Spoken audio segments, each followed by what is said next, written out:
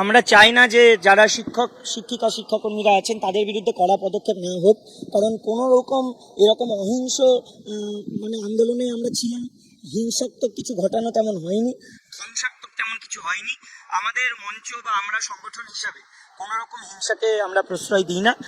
যদি কেউ সেরকম কিছু করে থাকে সেটা তার ব্যক্তিগত ব্যাপার, এবং যাদের কথা বলছেন তারা আমাদের মঞ্চের কেউ নয়, অন্য মঞ্চের দুজন ব্যক্তিত্ব, কিন্তু তারাও শিক্ষক, তারা তাদের ব্যাপারটা নিশ্চয়ই লড়েছেন, বলেছেন, এবং তারা তাদের মতো করে কমপ্লাই করবেন। আপনাদের মঞ্চের যাদেরকে ডাকা হয়েছে তারা কি তাদেরকে তো বেশ কয়েকবার তলব করা হলো, আজকে আপনাদের যাওয়ার কথা ছিল, আপনাদের আইনজীবীর সঙ্গে কথা বলে আপনারা কি সিদ্ধান্ত উপনীত হলেন? দেখুন, আইনজীবীদের সঙ্গে কথা হয়েছে, যাওয়ার কথাই আছে, কিন্তু আইও স্যার যিনি আছেন তিনি হাইকোর্টে অন্য একটা কেসের জন্য আছেন, তিনি আসুন।